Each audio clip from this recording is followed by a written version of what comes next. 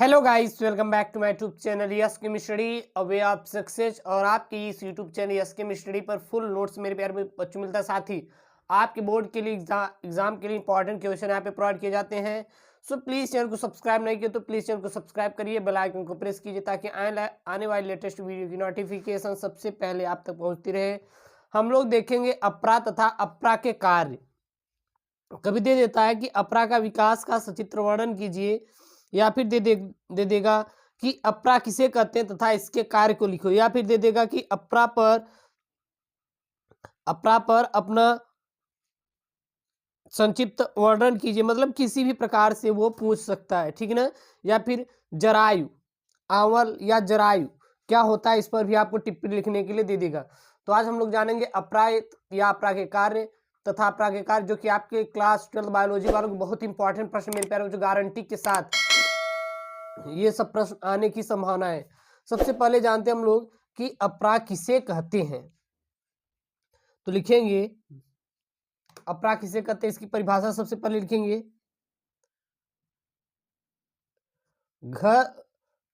गर्भ में स्थित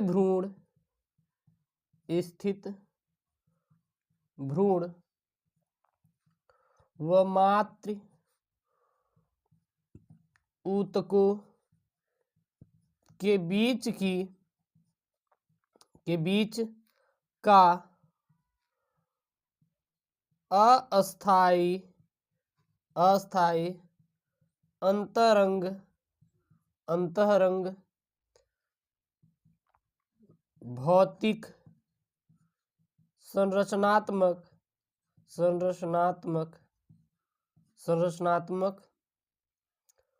तथा शरीर क्रियात्मक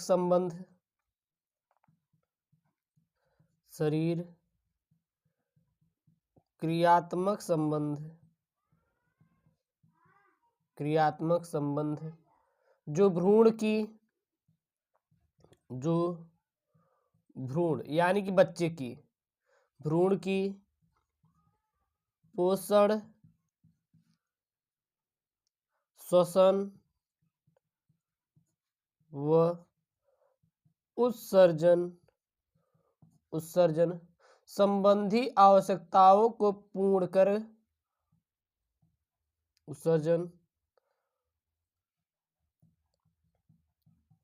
संबंधी आवश्यकताओं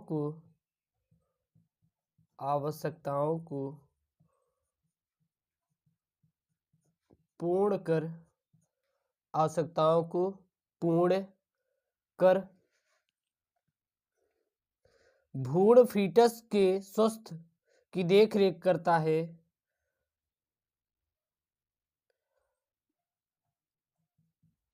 भ्रूण फीटस के स्वास्थ्य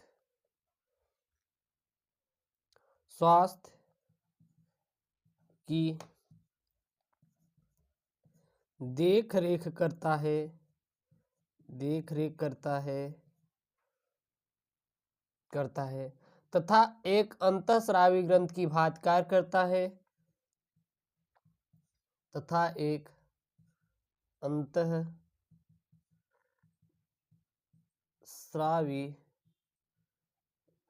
ग्रंथि की भांति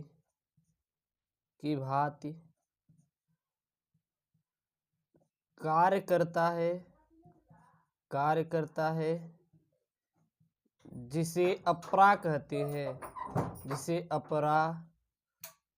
हैं और इसी को क्या कहा जाता है, अपरा कहा जाता है। ठीक है। अब यहाँ पे अगर हम लोग इसका फिगर देखें तो यहाँ पे अपरा का आपका फिगर कुछ इस प्रकार से यहाँ पे देखने के लिए मिल जाता है। ये देख सकते हैं, यहाँ पे हमारा भ्रूण का विकास हो रहा है, ठीक है ना। ये आपका इसी के अंदर हमारा भ्रूण का विकास होता है और यही एक अपरा है। इसी का नाम क्या है, अपरा है। इसको और क्या लिख सकते हैं, अपरा एक संयुक्त ऊतक होता है। अपरा क्या होता है, एक संयुक्त ऊतक होता है। अपरा क्या होता है, एक संयुक्त ऊतक होता है जो स्तन पोषियों में मादा के गर्भ में और भ्रूण का गर्भाशय भित्ति के साथ संरचनात्मक एवं क्रियात्मक संबंध स्थापित करता है। ठीक है, अगला अगर हम देखें तो निषेचन के बाद निषेचित अंडाणु, जब निषेचन क्रिया हो जाती है तो जो निषेचित अंडाणु होता है उसको क्या करता है, विदलन करता हुआ एक परिवर्तनशील भ्रूण में परिवर्तित हो जाता है। जब गर्भाशय में पहुंचता है तो गर्भाशय भित्ति से के चिपचिपा हो जाने के कारण उससे क्या हो जाता है, चिपक जाता है, और यही क्रिया क्या कहलाती है, आपकी रोपण भी कहलाती है। और इस समय तक कॉपर जो ल्यूटियम द्वारा एक स्रावित हार्मोन्स प्रोजेस्टेरॉन होता है के प्रभाव से गर्भाशय भित्ति में अनेक परिवर्तन होते हैं और गर्भाशय भित्ति से चिपके हुए भ्रूण की विशिष्ट कलाओं तथा गर्भाशय भित्ति मिलकर एक अपरा का क्या करती है, निर्माण करती है। ठीक है ना, और इसी संपूर्ण क्रिया को हम लोग गर्भाधान भी कहते हैं। तो आप किसी तरीके से इसकी परिभाषा आप शो कर सकते हैं, जरूरी नहीं है कि आप एक ही तरीके से दें, किसी तरीके से आप ये परिभाषा लिख देंगे तब भी आपके लिए सबसे बेटर रहेगा कि अपरा, सबसे पहले ये अपरा है, अपरा का कार्य भी नहीं हम लोग जाने। अपरा, अपरा क्या होता है, गर्भ में स्थित भ्रूण का, देखिए यहाँ पे गर्भ में स्थित भ्रूण, ये गर्भ में क्या है, स्थित भ्रूण है, वह मात्र ऊतकों के बीच का अस्थायी अंतरंग भौतिक संरचनात्मक तथा शारीरिक क्रियात्मक संबंध जो भ्रूण की पोषण, श्वसन व उत्सर्जन संबंधित आवश्यकताओं को पूर्ण कर भ्रूण फीटस के स्वास्थ्य की देखरेख करता है तथा एक अंतःस्रावी ग्रंथ की भांति कार्य करता है, और उसे हम लोग क्या कहते हैं, अपरा कहते हैं। ठीक है, इसे क्या कहते हैं, अपरा कहते हैं। अब आता है मेरे प्यारे बच्चों अपरा के कार्य। अब हेडिंग हमारी क्या रहेगी, अपरा के कार्य रहेगी, याद रखना। अब किसको लेके चलेंगे हम लोग, अपरा के कार्य को लेके चलेंगे। तो अगर अपरा के कार्य देखें तो अपरा अत्यंत महत्वपूर्ण ऊतक होता है। ठीक ना, यहाँ पे लिखेंगे हम लोग अपरा के कार्य।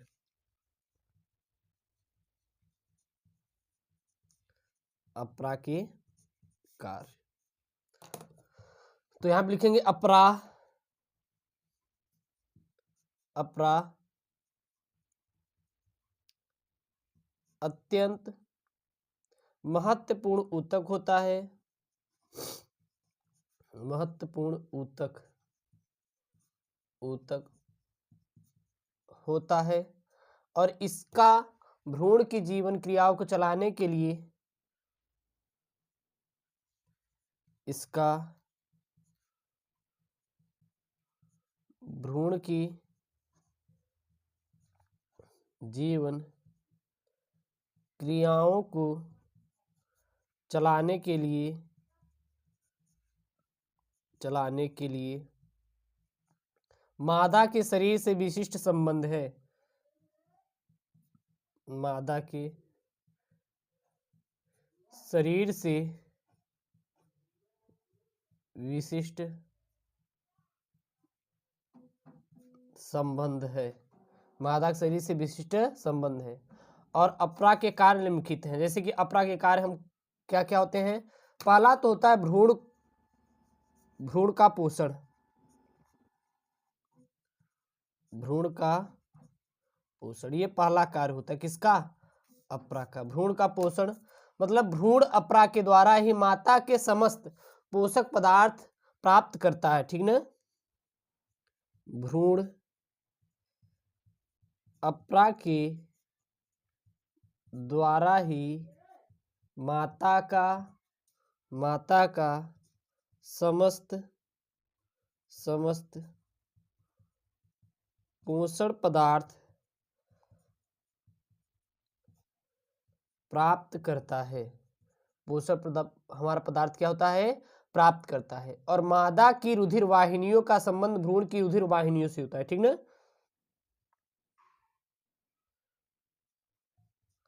माता की रुधिर वाहिनियों का संबंध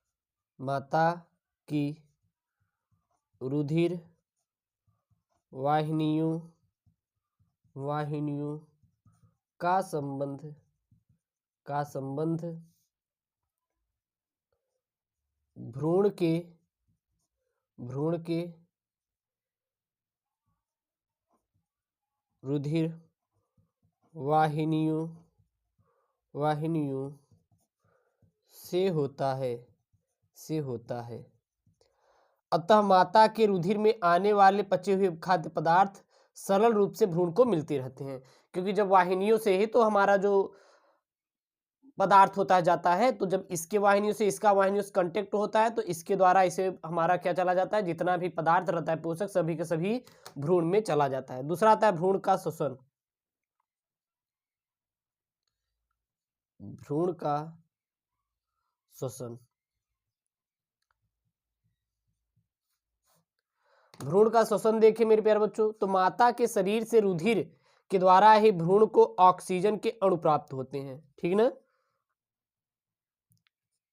माता के शरीर के माता के शरीर से रुधिर के द्वारा ही भ्रूण को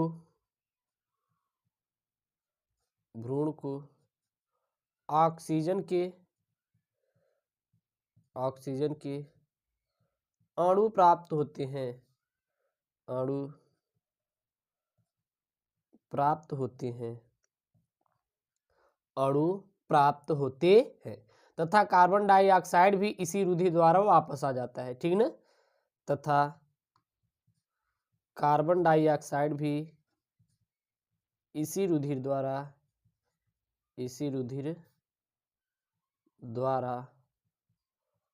वापस आ जाता है।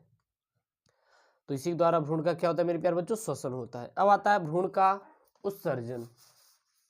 अब आपका क्या आएगा, अब वो आएगा आपका भ्रूण का उत्सर्जन। अब हेडिंग क्या रहेगी, तीसरी आपकी, तीसरी आती है आपकी भ्रूण का उत्सर्जन। भ्रूण का उत्सर्जन, ये भ्रूण का उत्सर्जन क्या है, तो भ्रूण के उत्सर्जी पदार्थ भ्रूण के रुधिर से अपरा क्षेत्र में माता के रुधिर में विसरित हो जाते हैं और इनका निष्कासन भी माता के उत्सर्जी अंगों के द्वारा ही होता है, ठीक है ना। भ्रूण के उत्सर्जी पदार्थ भ्रूण के रुधिर से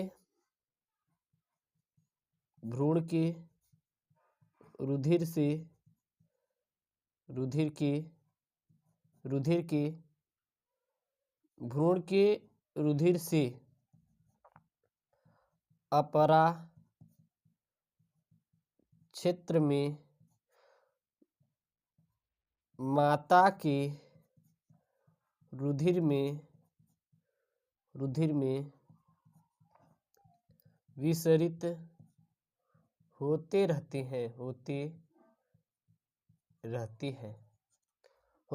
हैं, ओके। और इनका निष्कासन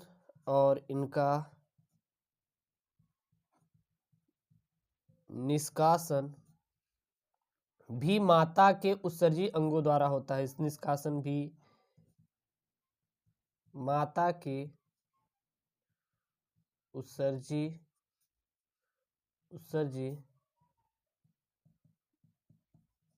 अंगों द्वारा होता है, उत्सर्जी अंगों के द्वारा होता है, ठीक ना। अब आता है हार्मोन्स का स्रावण। चौथा क्या होता है, हार्मोन्स का स्रावण। हार्मोन्स का स्रावण क्या होता है, तो गर्भाशय को उचित रूप से बनाए रखने आदि के लिए अपरा से एस्ट्रोजेंस, प्रोजेस्टेरोन और जरायु हमारा गोनैड्रोट्रोपिन आदि हार्मोन्स का स्रावण होता है। इसी प्रकार प्रसव को आसान करने के लिए अपरा द्वारा रिलैक्सिन का भी स्रावण होता है, ठीक है ना। याद रखना, गर्भाशय या गर्भावस्था को उचित रूप में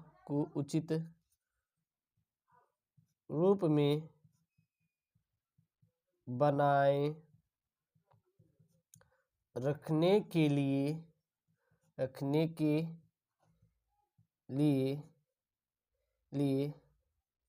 अपरा से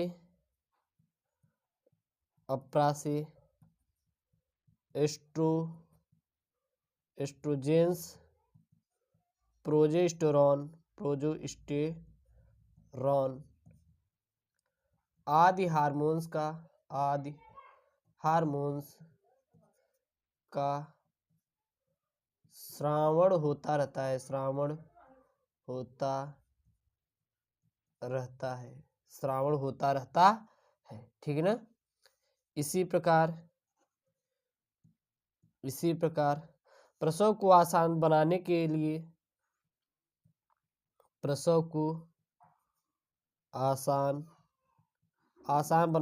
या फिर करने के लिए रिलैक्सिन नामक हार्मोन्स का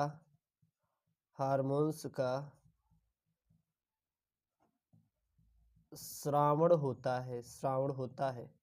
तो यह मेरे प्यारे बच्चों हमारा अपरा क्या है या फिर अपरा किसे कहते हैं तथा अपरा के कार्य, जो कि क्लास 12th बायोलॉजी का बहुत ही इंपॉर्टेंट मेरे प्यारे बच्चों क्वेश्चन है और ये बोर्ड के आने की 100% संभावना है और ऐसे प्रश्न आपको आते हैं। और यहाँ पे फिगर भी मैं आपको दिखा दिया हूँ, फिगर नहीं देखे तो फिर से देख लीजिए फिगर। और यही हमारा क्या है अपरा, और यहीं पे हमारा क्या होता है भ्रूण का विकास होता है। इसको बना लीजिएगा और ये आपके लिए इंपॉर्टेंट है। ठीक है। और ऐसी वीडियो पाने के लिए चैनल को सब्सक्राइब करिए। ओके दोस्तों, थैंक यू, जय हिंद।